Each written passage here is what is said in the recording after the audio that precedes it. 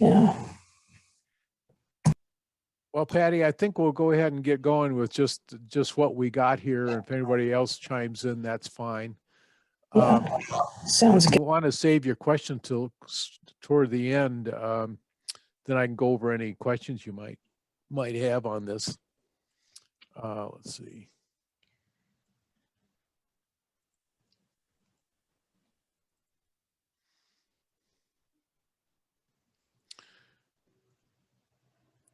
So my background here is I first went up to Southeast Alaska in 2002, doing the Inland Passage, as a matter of fact, from Seattle up to Petersburg. And then I went back the following year and did Petersburg up to Skagway. So I've been kayaking quite a long time. I've been up and down the west coast of Vancouver Island, also as you have, and up around Bella Bella, and then up toward Prince Rupert. So fair amount of that territory. Let's see here. So this is Prince of Wales, and there's a couple things I'll point out. One is Dahl Island out here, which if you have good skills on rough water, this west coast could be very interesting. We were going to do it a few years ago and got stymied with it with a big storm that came in and ripped up our storm day collection that we have that I usually take when kayaking. The other place is Kulu Island up here, and that is a really interesting place. There's a lot of history up there and so on. With Prince of Wales, it's the fourth largest island in the Alexander Archipelago, 135 miles long and about 65 wide. It's a traditional homeland of the Kagani Haida Indians, and you'll see a little bit of their work. They have a place outside of Hollis and another one down by Heidelberg, at least that I'm aware of. It's also the southern border of the Tlingit people. Access is by air or by inter-island ferry system. And it's home to trophy black bears, i.e. big bears. This is how I usually go up to Southeast Alaska. We take the Alaska Marine Highway up from Bellingham to Ketchikan or Petersburg or Wrangell, wherever we happen to be going out of. And you can see down in the lower right corner here, we put all our gear on the luggage trolley and roll our kayaks onto the boat. And they usually stick us in a corner someplace or sometimes under a semi truck, just someplace out of the way. So you don't have to pay car fees for us. But that way you have your own boat. And for me, it's much more comforting than trying to get a boat that I don't know and don't know what's going to fit in it and that kind of thing. If you're planning a trip, my first thing would be to tell you to check with Katie Rooks, who's on here today. She will get you to where you want to go on Prince of Wales Island. She knows places, she can offer information, and I highly recommend checking with her if you're planning a trip to Prince of Wales Island. And my email's on there if you have any interest in. I can give you things like campsites that I've used, some better than others, but nevertheless, I'm happy to give you those campsites. The big thing in Southeast Alaska is I think there's something like 90 Forest Service cabins around, and Prince of Wales has seven of them that have seawater access or ocean access to them. You need to have a reservation on these. You go through recreation.gov to get them.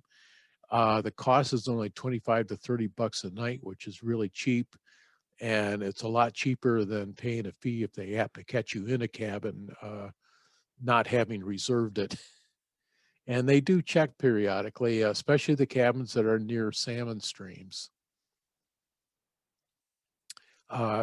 This is kind of what they look like. This is the Carter River cabin. This one has a kind of a double bed and then a bunk bed that you can't see on the right side of the table there, and then a cooking space up where the window is. Uh, these are, I can't tell you what a nice asset they are for us kayakers. If you're having a lot of rain on your trip, they give you a place to get in, dry out. Um, they'll normally sleep 4 to 6 people, and they usually have either a wood or an oil stove, and you should check before you go.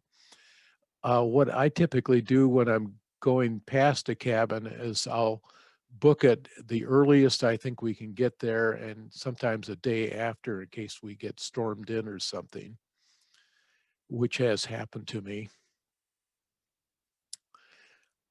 Bears, both Prince of Wales and Kulu Island have black bears, and all the rest of the islands in Southeast Alaska have brown bears.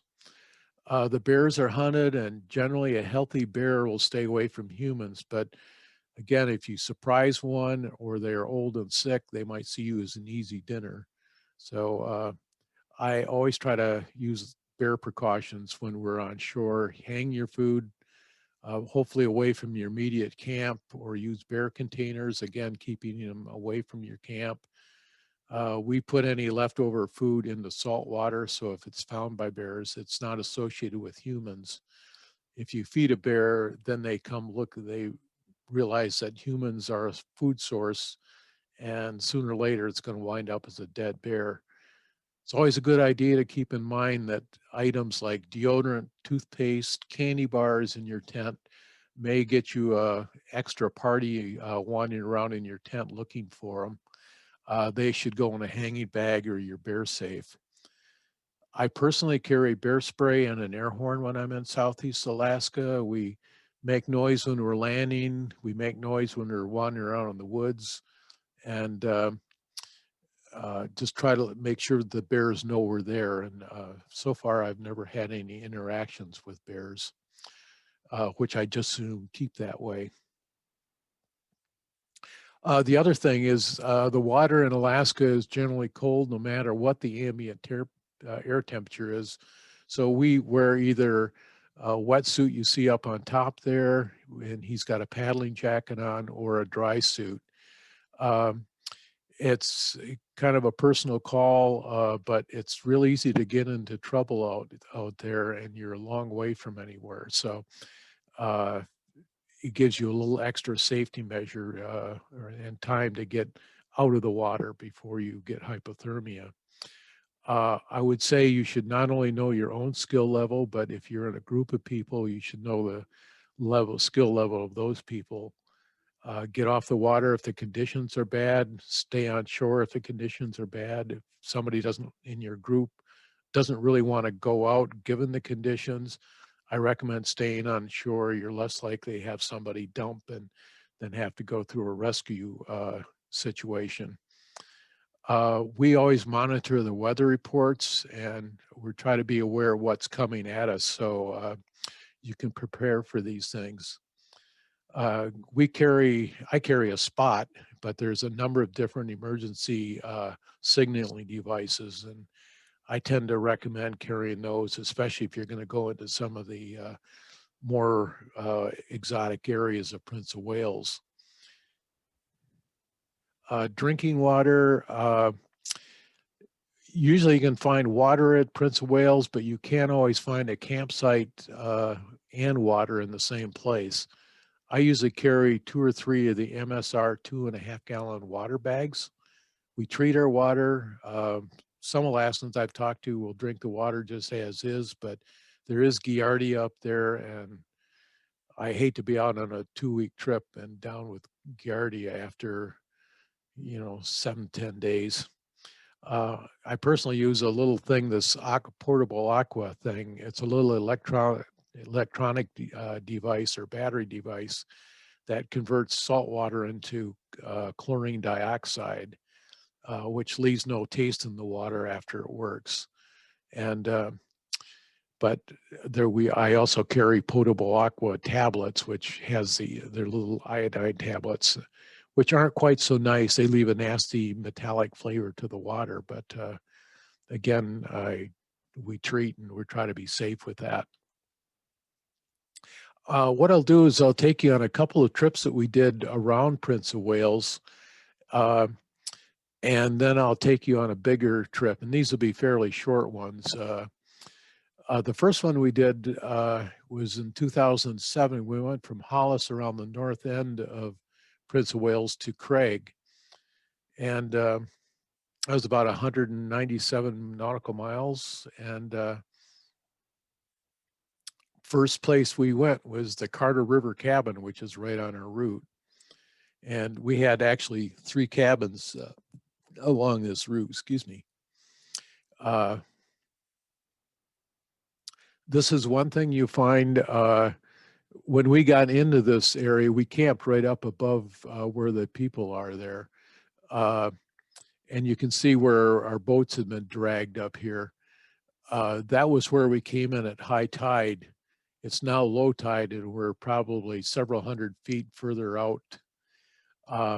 This is not too bad. I don't mind carrying gear, but it makes it a little more difficult, and very often you'll have rocky shores.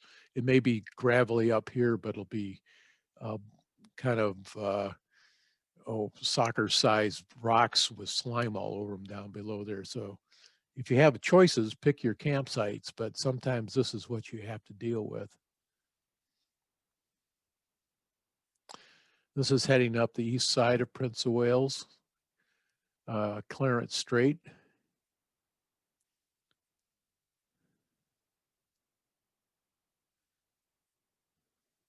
This fellow we ran into partway up the island. He had this little shelf on mainland, and usually you only see these on offshore rocks, but this guy had this little niche in the rock, and he was very happy to stay there. We paddled on by, and he was still there sunning himself when we all got past him. There's a lot of snow in the mountains here. We did this trip in, I believe it was toward the end of April, and a lot of snow up in the high parts of the mountain there. And the little black dots out there are sea otters, which they don't let you get very close. They have a long-standing antipathy toward humans who virtually exterminated them years ago. And we've turned around. Now we're heading actually south on the west side of the islands. And stopped in at this cabin, Staney Creek Cabin. And then it was on to Craig from there.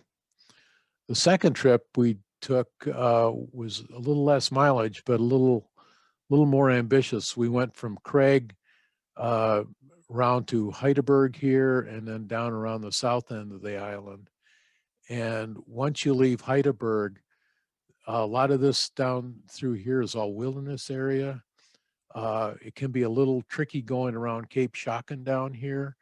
And aside from one Forest Service cabin down here, there's nobody, sometimes only fishing boats going by out in Clarence Strait. So here we are getting ready to go again. This is Bucareli Bay, and I've left from there a couple of times. There's a inn right up to the left, or B&B, and we've booked that the night before and then left from there. And we got loaded up, the water came in, and we're able to leave just in time to hit rain. And that was our first camp near an old cannery that they've since converted to a huge sports fishing outfit called Waterfall. And there's still a few drops on my camera here, but this is Heidelberg. And I had heard that they had a beautiful totem park there. So we pulled into the harbor and tied up the boats and walked up virtually right above there to their totem park. And while we're there, a young fellow came out. There's a little community center right next to there. He said, we talked to him a little bit, and he said, "Oh, you ought to come down to our carving shed. We're carving a totem right now." So we hopped back in our boats and paddled down to an old fishing warehouse, and here the guys were carving. We've run into that, just really nice people all through Southeast Alaska, very helpful.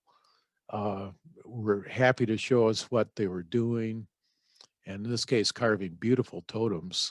You can see the one done just on the backside there.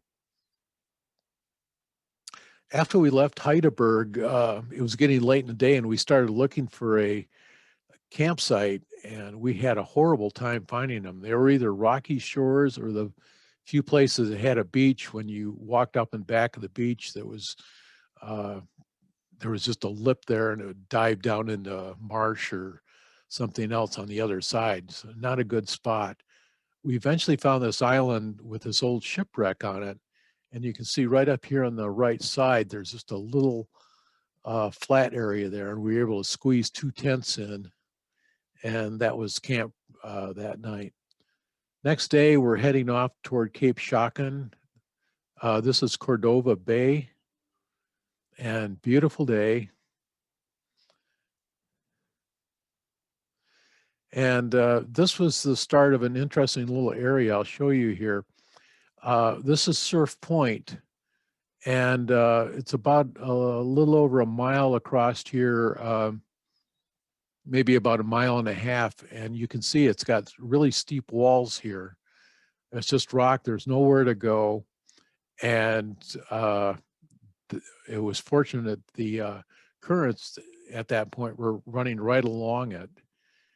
Just offshore here, there was a reverse current going the opposite direction. We were able to get down through here and just get around the corner enough and then go over to the Burke Miller cutoff and camp over here. We got halfway through here and the wind just kept coming up and up and up. I think it was blowing 25 to maybe 30 knots by the time we got halfway down this. Again, it happens a lot on sunny days, and that's what we had that particular day. We got halfway down here, and I happened to look over to the south side there on this reverse current, and guess what we saw? This was actually an old tree.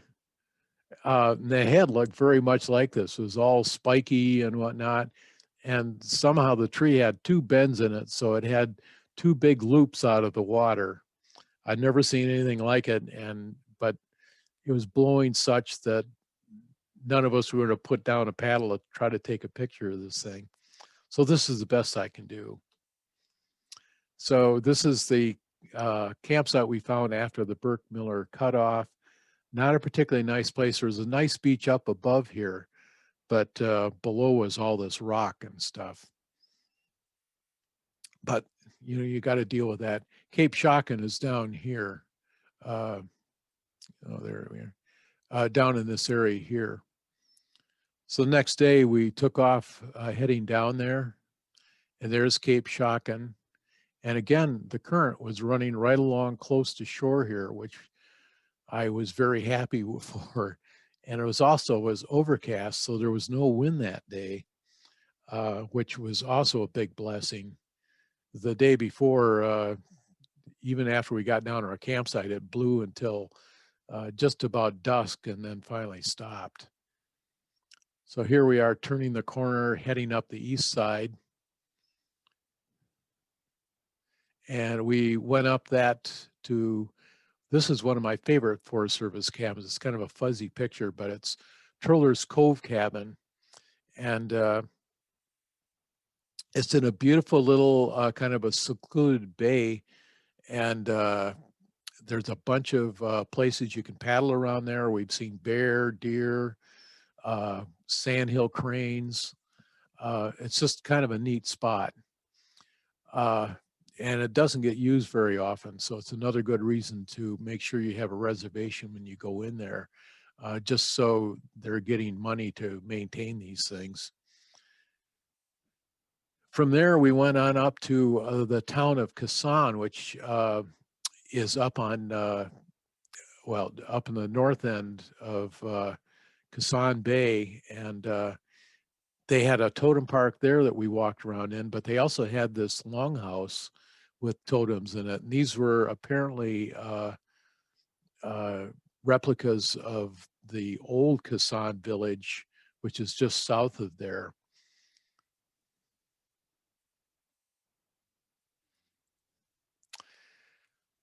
So then it was back to Hollis and back. This trip was a little more relaxed. We went from Hollis up here to Carter River Cabin, and then we used the cabin as a place to explore the upper end of the bay here, and then eventually went down to Kasan, and then over to Old Kasan, which was the old village site, down to Troller's Cove again, and then back to Hollis. And I just have a few pictures of that. One thing, the Carter River Cabin was the site of an old Indian village. And I don't know if you can see that very well. It's actually eyes with a brow right here and the two eyes. And there may be more down here, but I couldn't see it. This one is a tough one to spot. At certain lights, you don't see it at all. And you have to almost have the right angle. There's something like 6 or 8 petroglyphs along there. This was another one. And then this is my favorite one. This bear thing. But if you look at the rocks in front of and going north from the cabin, you'll see a number of these along there. There's, like I say, there's 6 or 8 along there. And this was, I think we were heading off to Kasan at this point.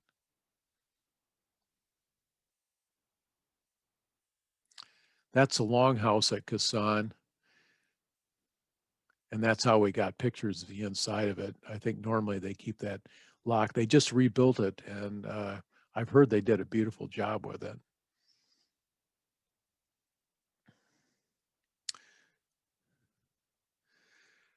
This was another trip we took, and this one I'm not going to show you any pictures of. We were having beautiful sunny weather, and as a result, we were having high winds that would start up about 11 in the morning, and you'd have to get off the water around that time because it would get rough and uncomfortable to paddle in. Our original plan had been to go up here past Lulu Island to Noyes Island, and then around on the west side past Roller Bay, and then back down here, and then back to Craig. We wound up spending a number of days up here doing a little fishing and whatnot, and we never did get around into Roller Bay. With the winds, I think it would have not been a great idea, but that's kind of my risk factor thing. So I'll take you on a longer trip now, a few more pictures. This was a trip that a friend of mine and I did up from the northwest coast, going north out of, going north out of Craig. The whole thing looked like this. It was Lulu up past Noyes Island, up through the Mariel Islands, Heceta, Kosciuszko, into Shipley Bay here, and then around and then down El Capitan Passage, and then eventually around and back to Craig. And again, I planned 3 weeks for this trip, and I was, again, because I was half expecting if we had decent weather, we were going to get high winds along here. As it turned out, most of it was overcast and we never got the winds, but I can't say as I'm particularly sorry I missed that. So first day, we crossed over from Craig and went into Port Real Harbor down here and camped on this little island. So decent beach and a nice camp just up in the woods, easy access. From there, we went up around the south end of Lulu Island and up here to Noyes Island. And generally it was uneventful until we came out from behind this little island here. And then it got kind of interesting. We had a whale ahead of us. that was fishing right close to shore, and we had two off on the side here. Um, and we felt like we were getting squeezed a little bit. So you can see the whale just blowing up here. And then again, it popped out. We kind of stayed on the edge of the kelp and whatnot, and he just turned up right ahead of us eventually. So we kind of just sat there, let him go until he moved back out again a little bit, and then we paddled along shore up past him. It's not that I'm particularly afraid of whales, but I think whales are sort of like people, and there's always one that's not paying attention to his surroundings or looking at a cell phone when you're should be concentrating on what's going on around you, and it might mean an upset that I didn't want to experience. Uh, and at the same time, there were two more whales off to our left here, so it was kind of interesting. We got around and then went up to Noise Island, and we'd just gotten on shore, and this guy came by. It was almost like he was following us up, and he got up alongside of us here, and then he turned off and went out into the bay here. So from our place on Noise, we then went around to this spot where I'd camped once before, when on the previous trip when we were trying to go around the west side here, and use that as our jump off to really head up the northwest part. That day we saw killer whales as we were going up the passageway there. So it's quite a whaley trip. So we crossed Ariga Passage. Katie would probably have to tell you that. Up through the Lorenzo Islands, the Muriel Islands up here, and then eventually we camped up on Arugula Island up here, or Angula Island, sorry. The interesting thing here is the San Lorenzo Island, and it's a narrow passageway between the islands, and you can see there's a dock right here.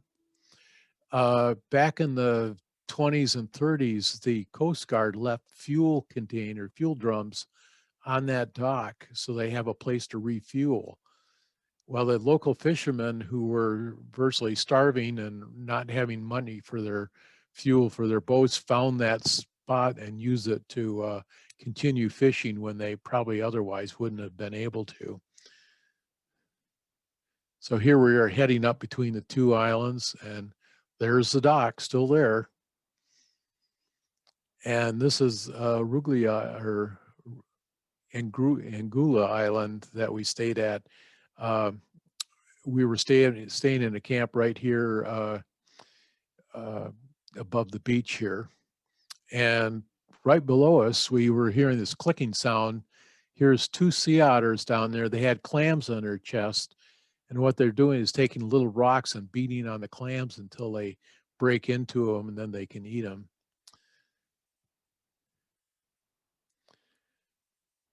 So then we headed up around Heceta Island, and I had planned on camping, someplace up in this area, but we got a current that ran right along the island there, and we made really good time up to here, and we decided to go ahead and cross, and went over to past Whale Rock and up, and we got into this little teeny bay up here, and the wind started coming up, and we found a very nice little campsite. It had a tiny little beach, but it was kind of open in back of that, and we wound up having a blow there for 2 days. But it was basically a fairly snug little camp. And I will just point out, for those of you who haven't been to Southeast Alaska, if any, the big tarp is the thing I would never go out without. Normally, I don't have my tent under it. We have it set up as a cooking tent, but this time it was just the two of us. So we went ahead and set the thing up with a tent partly under it. and the area was just beautiful. That's false lily of the valley all through there, and it's just quite lovely. So the next day, we had the day of the storm, and then the day after that, we were able to go up through Warren Channel. And again, I'd planned to camp up in here someplace because of what I was expecting to have wind, and it didn't happen again. And we had the current with us again. So we kind of scooted right along here and then back into Shipley Bay to another Forest Service cabin here. The one thing I'll point out, and part of the reason I planned a lot of extra days, is you can see along the shore here, it's very rocky, and it was most of the way up to the edge of Shipley Bay. There are a few little breaks in it, and I don't know if we could have found campsites there or not. We probably would have had to make kind of a force camp if nothing else. But there's not too many places to go. And you have to keep that in mind if you're paddling up there. You kind of take campsites when and where you can find them. And that's one reason I like to carry water, so we don't have to find the two in conjunction. So as we got up closer to Shipley Bay, it started getting a little nicer. And we saw this guy sitting on a little rock islet that was out there. He was kind of drooping his wings. I think he'd caught something, or at least dove on something. He was drying his wings out a little bit. And then this is heading down into Shipley Bay, and the cabin is way down here at the end. It's about a 5-mile deep bay. And there's Shipley Bay cabin. And all our gear drying out. This cabin has kind of a double bunk below and then a single bunk above, so it could hold potentially 6 people.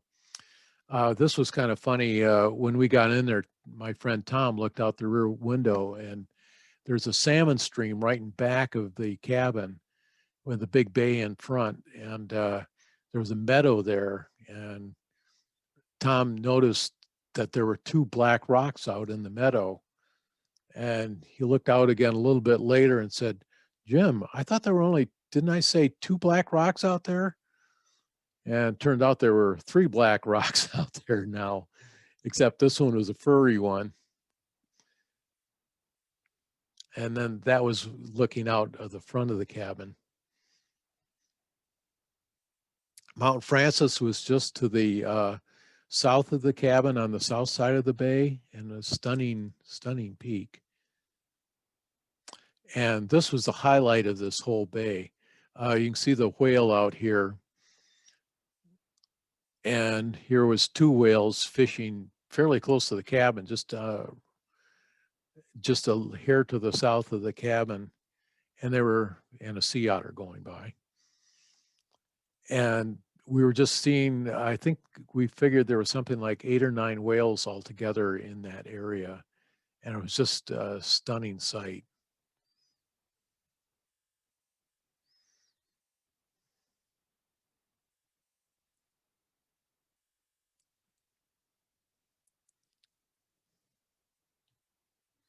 This is my favorite picture here. There were 3 whales that they had bubble fed, and these 2 whales came up inside the net, and then the 3rd whale kind of came up and was picking up the edge. What they do is one whale will go down below the water, or down below the surface, and blow a big circle of bubbles, and any minnows that are caught in that scurry to the middle of the bubble ring. And then these guys, his buddies, come up through the middle of the ring, scooping up as many minnows or herring or whatever is out there. Anyhow, it's just stunning to watch.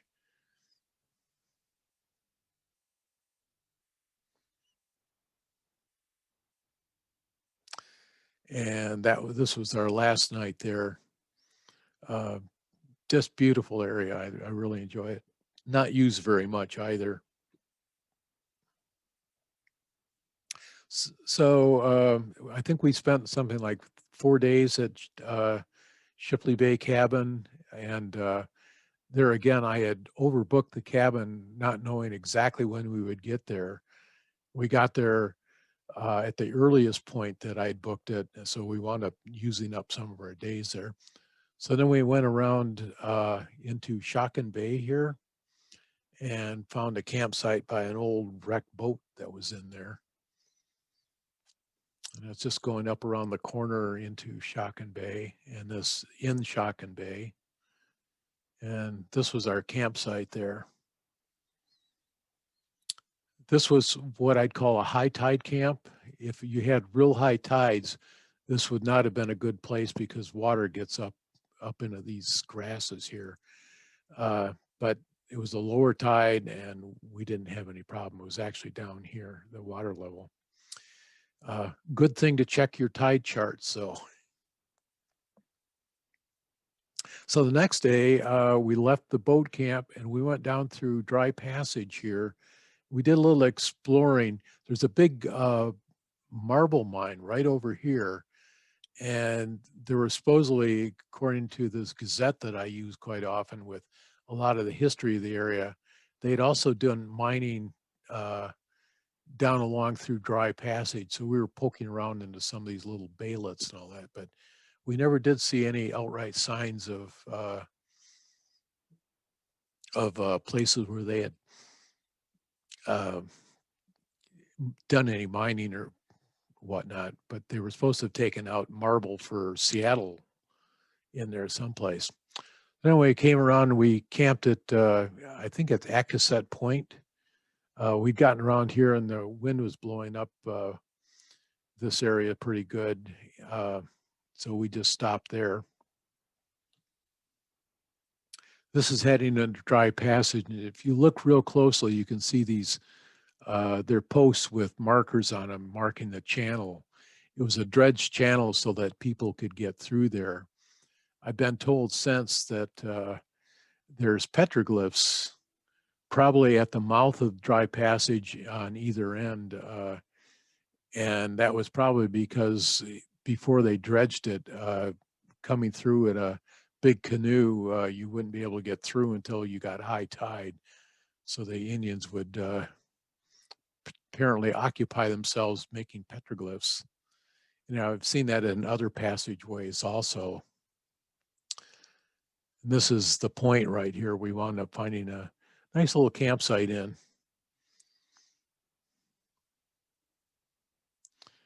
So from El Cap, we went down through, we went down El Capitan Passage down to here by Tuxacan Island and found a nice campsite up on a little beach here.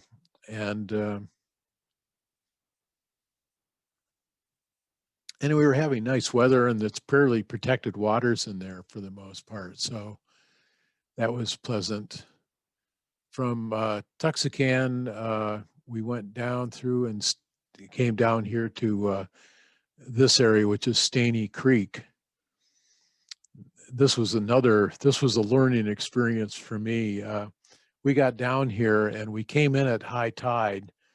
And apparently the other times I've come in here, we both came and went on high tides. This time we went on a low tide. The water was running out really fast. The creek was getting shallower and we were trying to get the boat loaded before we got left high and dry up there and had to wait for the next high tide. You know, we made it, but again, it was probably worth checking the tidal charts again. This guy showed up in our front yard in front of the cabin. So from here, from Staney Creek, once we got out of there, we came down along through these passages. This is Tonawik Passage, and there's some big currents in there, and you have to, again, check your tide charts, or what we did, we heard that if you threw a few pennies in at the pass, that the old Chief Tonawik, whose village site was apparently right up over here someplace, would let you through. And we did that, and we were able to squeak through going through some little side passages here. So we were out of the main current. And we went down through and found a little campsite on shore here.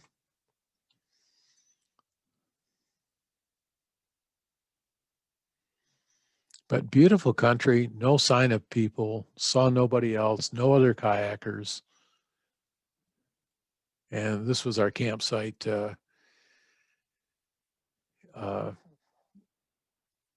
So the next day, my plan had been to come down here and camp on San Fernando Island right across from Craig, which is over here. What happened was we listened to the weather report in the morning, and it said the next day there's going to be a big storm coming through, and the following day with a lot of rain and wind. So we came down here. I was able to text the woman who B&B we had rented and had her add an extra day on it. And we went right across to Craig that night. The next day wind was howling, and it was actually just pouring rain. So it was another good reason to check your weather.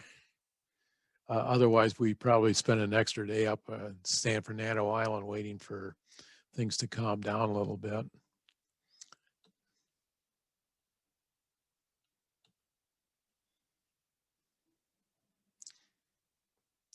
And then back to Bucareli Bay and a dry place to sit out the storm. So again, if you're planning a trip, I would check with Katie. I'm happy to share. I think I can give you coordinates of a number of different campsites that we use when we were paddling out down there. And you do find other campsites, so it pays to find a decent place where you can land and then go walk up and see what's up on shore. Sometimes just inside the brushy hedge you see there, you'll find places that you can camp. So it's there. I highly recommend it, and I highly recommend planning kayaking up in Prince of Wales Island as well as Southeast Alaska. We've only seen other kayakers up there once, and it was all kind of pretty amazing to see somebody else out in a kayak. So it's beautiful area, not many, if any, people and whatnot. So if you have any questions, you can drop them down in the chat box and I'll try to answer them, or maybe Katie can stop in and I'd be happy to answer any questions. If not, we'll head off to whatever else we're doing tonight. Thanks so much, Jim. Oh, you're welcome, Katie. Let's see, let me stop my recording.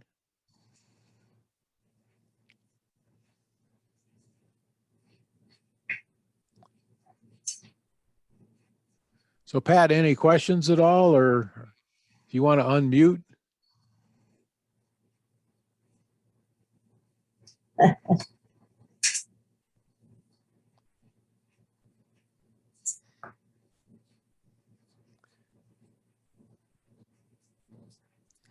Okay, one thing, Katie, I'm planning to take a look and see if I can put together a list of campsites that I've used out there, which might be a help to other people who want to camp around there. And I'll send that to you, and you can.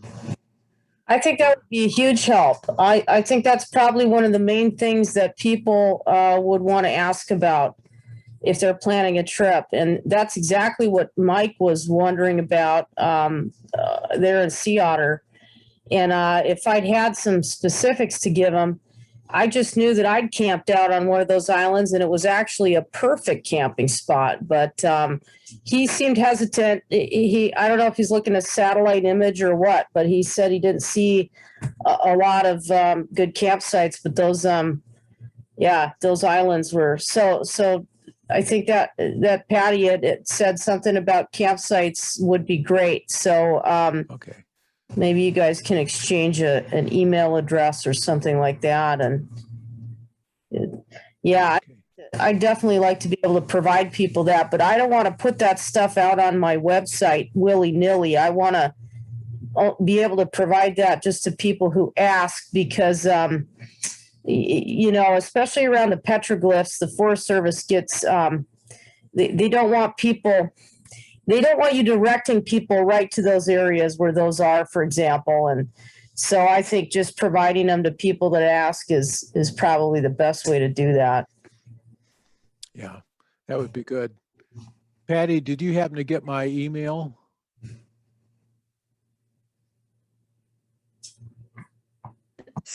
Took me a minute to unmute.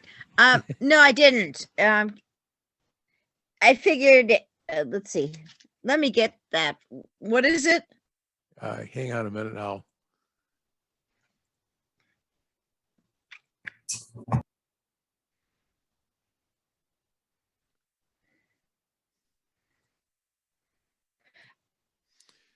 So my email's, Katie's email is there and my email is there, jim.corson@comcast.net. Jim, where are you located? I'm in Seattle. Okay. And Patty, if you drop me an email, as soon as I get that compiled, I'll send that to you. Okay. I appreciate that. You're And welcome. yeah, my daughter's living up in Seattle, so we'll probably be up around there.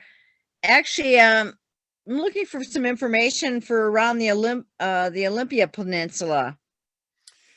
Not too much. It can be a little tight paddling up there. One protected area is Lake Ozette, but otherwise you're basically, if you're a good surfer kayak, there's some great places out on the coast. Otherwise, the San Juan Islands are always interesting, although you can run into a lot of people. And We were there last year, and actually it was kind of interesting because of, all the international flights or international people being shut down. There were almost no of the sea kayaking outfitters out there. yeah, So like it was people, really just easy. shut down. Yeah, it was really easy to get campsites. Yeah, that's good on if everybody's back out this summer, and it looks like maybe after early July, we may all, if we all get our shots and stuff, people will be back out in droves again. Yep. Yeah. Katie and I were talking about that earlier, and I think everybody just wants to get outside. We've been seeing an awful lot of people cross-country skiing, and in fact, we've had to hunt a little bit to find places we can ski without droves of people out there. Yeah, same here in Colorado. Yeah.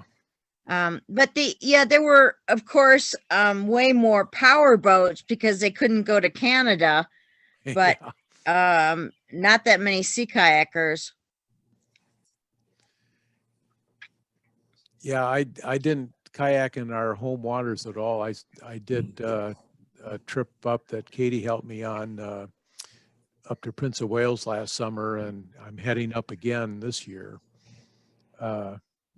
But if you get a chance to get up to Southeast, it's absolutely beautiful country to go into. So I'm sorry, how did you go from Seattle up to Bellingham, or from Bellingham up to Alaska? Okay, well, you take the Alaska Marine Ferry up to Ketchikan, and then out of Ketchikan, there's a daily run of the Inner Island Ferry that goes out to Prince of Wales.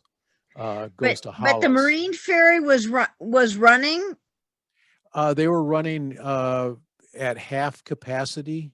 Okay. And you had to wear masks, and you had to have a document saying that you didn't have COVID taken 3 days before you left. Okay. So they were keeping the wraps on it pretty good. And it was pretty amazing. And we'd often sat up in the front lounge of the boat, and there was nobody else up there, which is highly, highly unusual. Yeah, yeah. How long does that take? It's about a day. You leave Friday at 6 p.m. and you get up there Sunday at 7 a.m. And Okay. it's a beautiful trip. There's all these inland passage cruise ships, but most of them don't go up the inland passage. They go up to the north end of Vancouver Island and go out through open waters up to Ketchikan, so they can get you in and sell you diamonds and other exotic jewels real quick. Yeah.